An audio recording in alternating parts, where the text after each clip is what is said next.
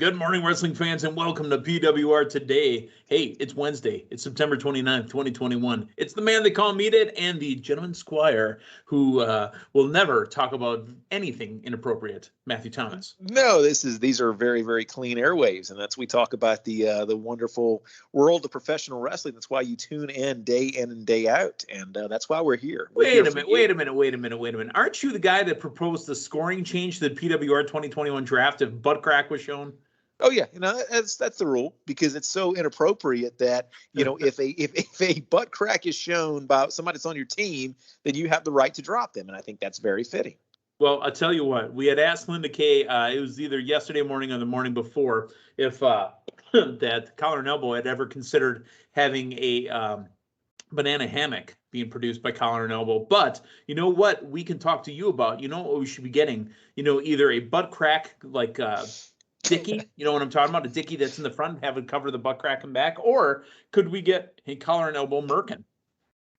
I think you need to compose this and send it to Al, because I'm sure he will be right on it.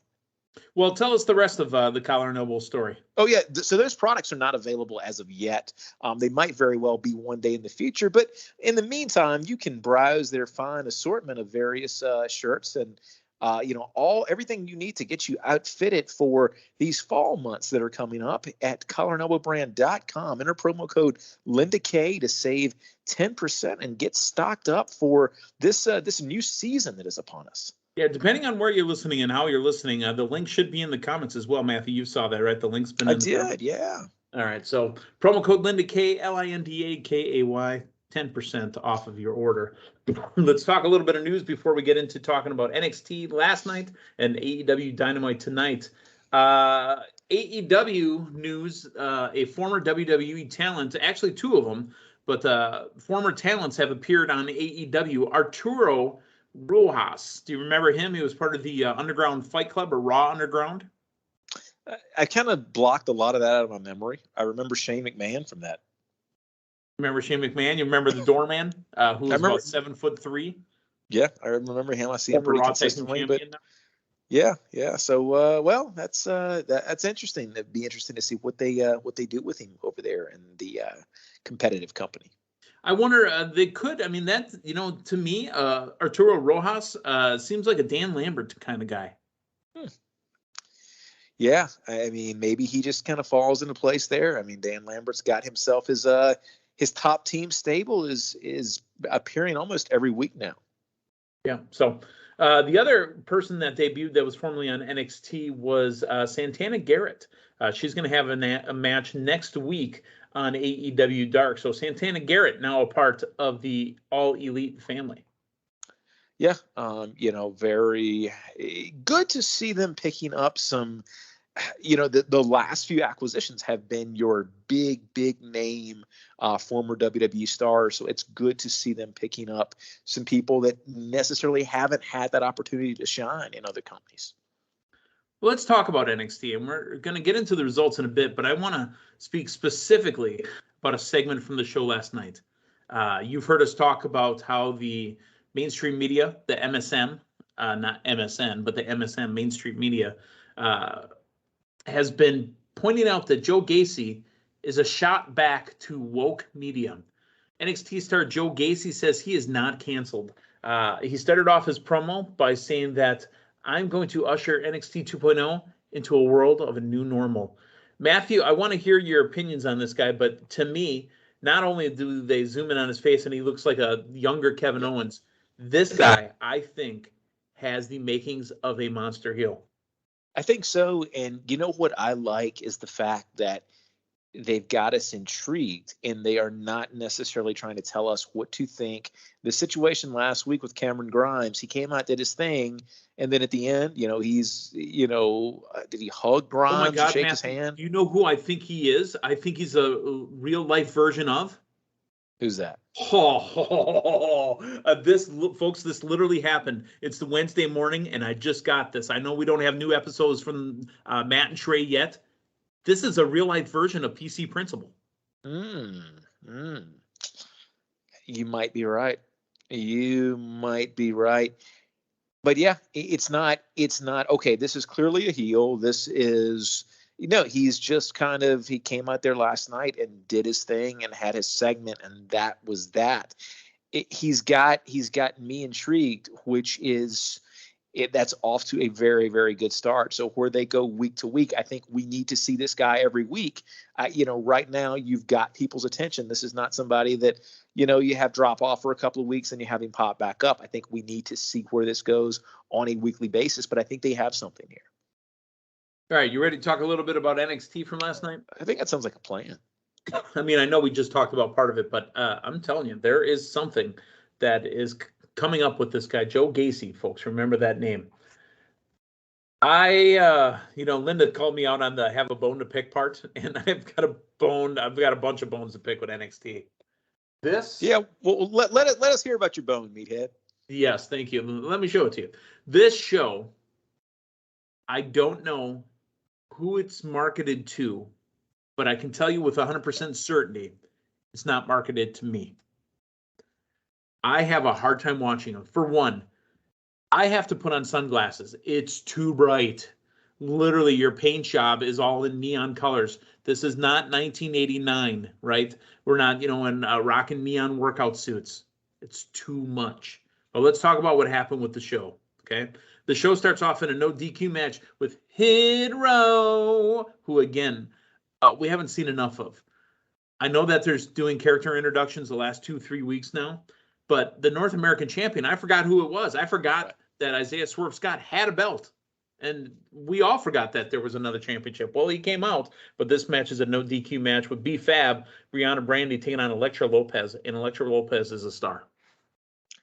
Yeah, I thought the match started a little bit slow, picked up there towards the end once they got a little more familiarity with each other. There were some very stiff spots. It was a no DQ match. Some of the spots with the kendo stick, with the chairs, you had some vicious spots there. But no, I think that I walked away from this with the same feeling I had after Raw a few nights ago, and the fact that it feels like they are trying to backload a lot of these extreme matches because your pay-per-view on Sunday night was so void. Extreme Rules was so Linda void. Called that out yesterday morning, didn't she? She goes, that Sheamus Damian Priest match was more extreme on Raw. Yeah, no, you had that, and then there was another. You had Lashley and Big E in a cage, so technically you had more stipulation-based extreme matches in the last few nights than you had at your pay-per-view. No, but it was an interesting match to open the show. Real quick, we didn't get your feelings on this. We heard from Linda, but tell us what you thought overall in just a couple minutes on Extreme Rules. Most of the card I felt like delivered in the sense that it was consistent wrestling match after consistent wrestling match. Main event was a miss for me. The whole main event or the botched most of it, not just the finish. See, I heard your takeaway from it was not a big fan of the red lights, the music playing, not my cup of tea, man. Okay. And I think it felt like a reach, and it felt like not necessarily a response to what we've been getting with AEW, but a double down on WWE's part that, hey, we're an entertainment company, and you can take your opening 30-minute Dave Meltzer 5-star matches to a draw. You can have that, and we're going to give you suspension of disbelief to the point that the lights are going to go down, this guy's music's going to hit, he's going to pop, he's going to power up, and then we're going to have almost literally smoke and mirrors. It's almost like you flicked the auto fire on your NES Advantage. Exactly. So did you ever have one of those? The Advantage, it was the square control pad where it was a stick on the left, and then you had the auto fire on each button. Never had an Advantage. I had a Sega CD though. Oh. No, the Advantage was the controller. It was the name of the controller that went with your Nintendo system. Yeah, no, I just had a regular, just plain NES controller. Okay. No, the Advantage was literally, I mean, gamers geeked when they came out because instead of, banging with your finger on the button, you just flip the switch and it's auto firing. You sound like one of them fellas that probably had a Game Genie, didn't you? What's a Game Genie? The Game Genie. They made it for. Oh, I think, the cheating stick. No, yeah, it was like a cheating. Nope, not So, me. so you say, but no. Overall, I didn't think it was a bad show. Probably what delivered for me match of the night was the triple threat with Sheamus, Damian Priest, and Jeff Hardy. That was something going into it. I can't say it was what I was looking forward to the most. I was probably most impressed with that match. I thought Charlotte and Alexa Bliss, the match there was, kind of, that surprised me as well too. I think top to bottom, I mean, it was a consistent card. Some takeaways from it though. I mean, you've got your women's title match on the SmackDown side ending in a DQ on a pay-per-view called Extreme Rules. There's some stuff to be taken away from that. Okay.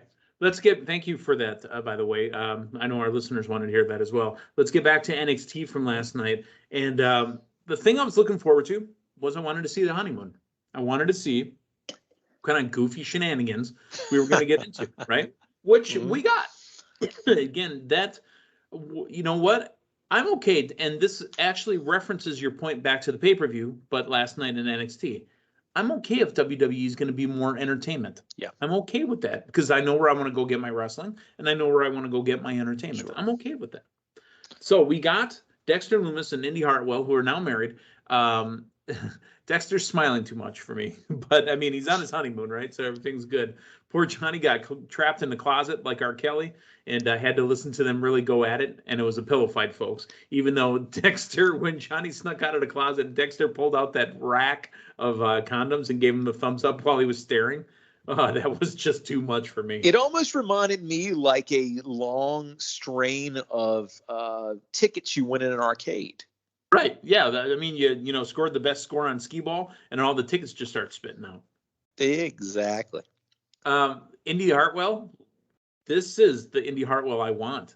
She looks good. She looks real good. A little tall for my liking, but she looks real good. Hey, I got a question for you. Is this known or unknown? But is Candice LeRae pregnant? Yeah. No, I think that's been well established. Okay, maybe I missed it, but she, when Johnny said, "Well, what can happen?" and you see Candice go down and she's doing the hold underneath the belly. I'm like, oh, I know that look.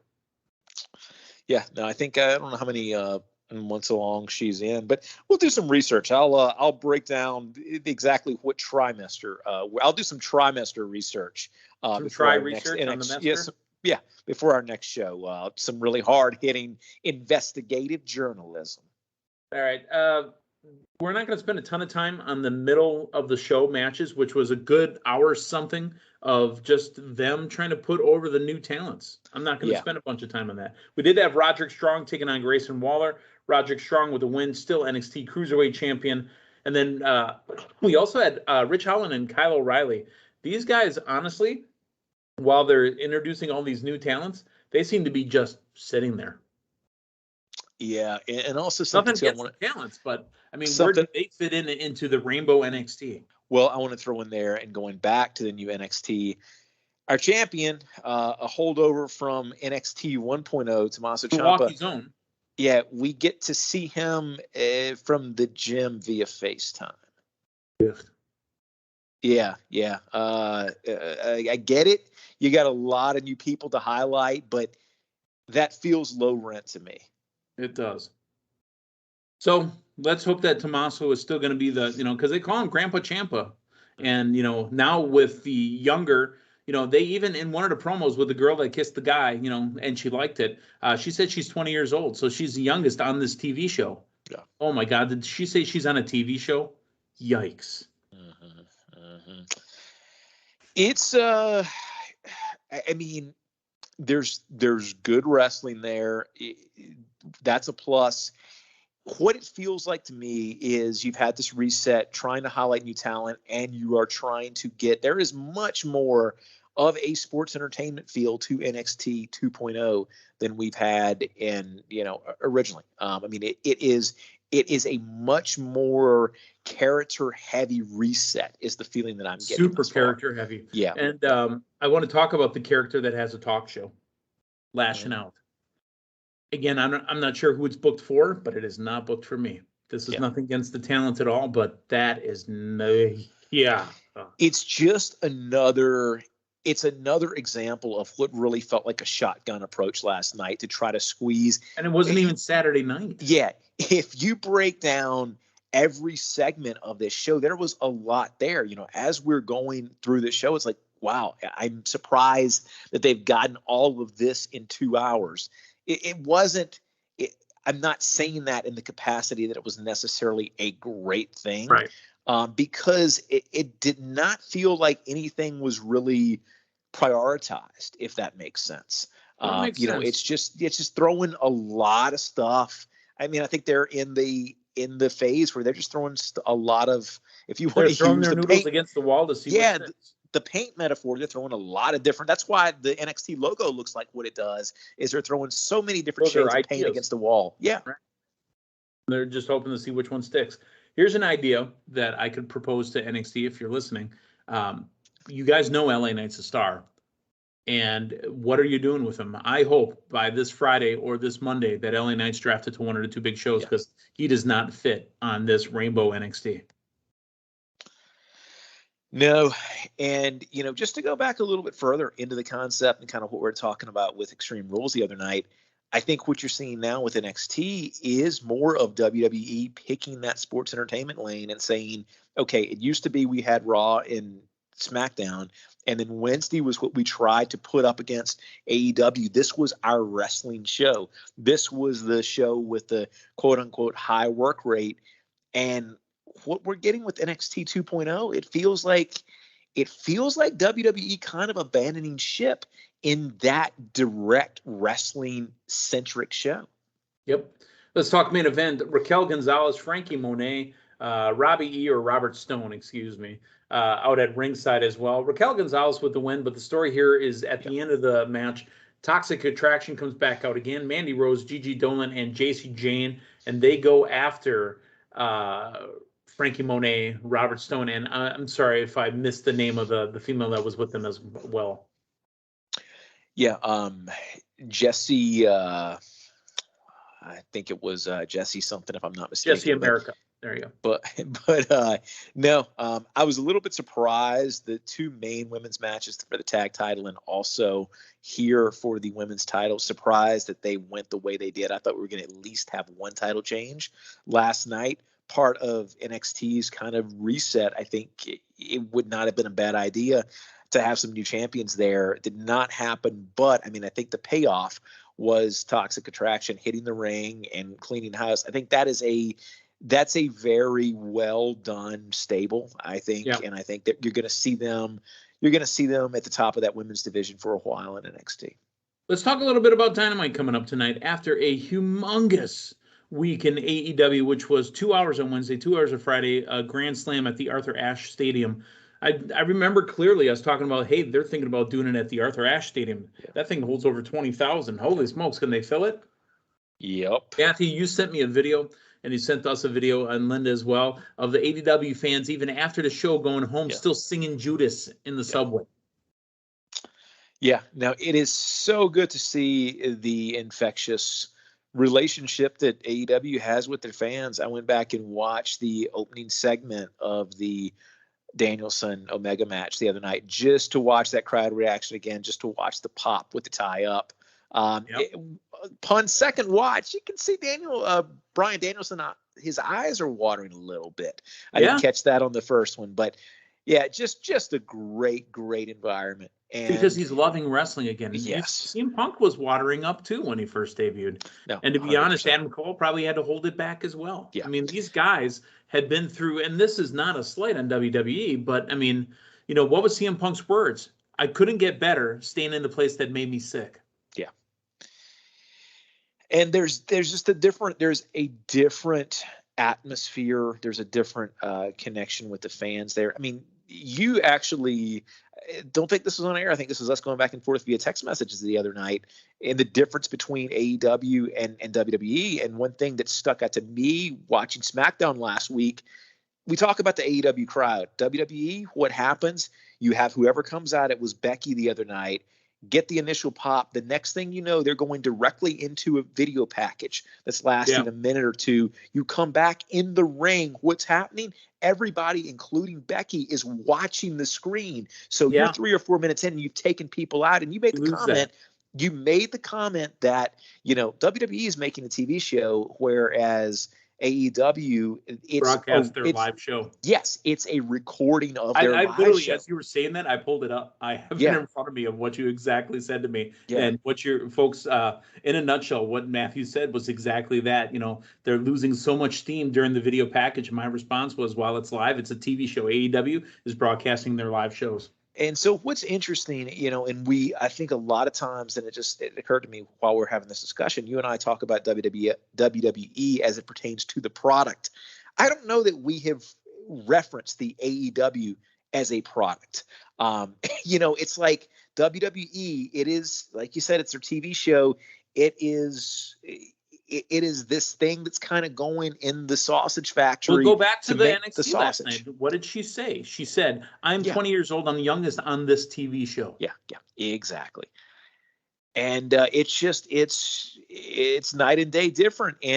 But I think we're getting into, it might not necessarily be a bad thing that WWE is, quote unquote, in their lane and staying, chosen their lane to stick with. I mean, you go back to talking about Vince and talking about, Vince and Ted Turner back in the day, where Ted Turner reportedly told Vince he bought himself a wrestling company, and Vince said, that's great. I'm in the sports entertainment business. Right. It's the way that it's been for a while. And I think the thing of it is, Meathead, is we haven't seen that stark contrast, or it hasn't dawned on us as much because there hasn't been direct competition. There hasn't been somebody offering a distinctly different offering than WWE has had for quite a few years. Let's talk about some of the matches that are announced for tonight on Dynamite. First off, we've got Miro taking on Sammy Guevara. I don't know if Sammy wins. Does he win the 72 Gremlin back for his pal, Fuego del Sol? Oh, that's great. What I'd like to see is they just kind of drop that for like 4 or 5 champions. And then down the road in a couple of years, like 5 champions removed, somebody shows up with that. You know what's great? I wish that was the case, but I'm going to take you one step further. There's a show in the Milwaukee area called Bob and Brian. Bob and Brian have been on, honestly, since I was in high school. And you guys know how old as dirt I am. Bob and Brian has always had a game show on their morning show for years called You Can't Win, where the prize package builds up to the point where when somebody finally wins their game show, they get all the stuff that's been accumulated. Yeah. If Miro can go around collecting vintage cars and then the person that beats him gets all the cars, that'd be fantastic. Oh, that'd be great. That'd be wonderful. All right, so Miro and Sammy Guevara for the TNT Championship. Also, Adam Cole. And by the way, if you guys do not know this, AEW's music has been released on Apple. It's been released on Spotify. It's on, I use Tidal, Jay-Z's thing. They're all on YouTube. I have been burning up Adam Cole's song. It's honestly in the top 10 right now. His song is in the top 10 because you know what's all about that. Wonderful. That song's hot. Taking on another guy with a very hot song as well, Jungle Boy. Yeah, I think this is going to be an outstanding match. I think these two guys are going to match up really, really well, and this could potentially be one of the best matches Jungle Boy's had with the company. Penelope Ford and the Bunny going up against Tay Conte and Anna Jay. If they weren't on such a hot streak, I would say, this is an AEW dark match or this is a Rampage match. No, they're so hot. This is going to be on Dynamite and it'll get over. Yeah. And we've seen these 4 women in various matches over the last several weeks, but I give AEW some credit. I mean, what had happened a lot with that women's division is you would not necessarily have consistent people in that division featured week after week. Matthew, what have we been talking about for a year? They need to build the women's. And Tony Khan said, we're going to build the women's. And so you are, you're trying to get this kind of top 5 or so group of women and just feature them consistently. I think it's a good move. Matt Sydal and Dante Martin of Top Flight will take on Lee Johnson and Cody Rhodes. This is going to be a high-flying tag team match. Yeah. So we talked a little bit about Cody's reception or lack thereof last week. Something that I did not realize at the time. I don't think it was that visible on TV. Have you seen pictures of the train of his robe that he was wearing. I saw it. Yeah, that was pretty long. Like he had just gotten married. It was Yeah. long. Yeah. It might have been responsible for a boo or two last week. Yeah. Wow. Well, here's the thing, and we were talking about go away heat yesterday with Linda, and how Cody gets go away heat. Right now, Eva Marie's got that go away heat, but Cody could change it if he wanted to. So what you're saying is Cody brings in Eva Marie and wrestles her and gets over. So he's going to use her go away heat to get over. Wouldn't that be great? Just out of nowhere, Cody just starts going the Andy Kaufman ride and just doing intergender matches. Yeah, I don't know if I'd watch that, but I will be watching Dynamite tonight, the 8 Eastern, 7 Central. Folks, we're going to talk to you guys tomorrow morning all about it. Matthew Thomas, thank you for stopping by. You are the gentleman squire of the PWR Today family. Well, thank you very much. So for Matthew Thomas, I'm the man they call me. Hey, thanks for stopping by. So long, everyone.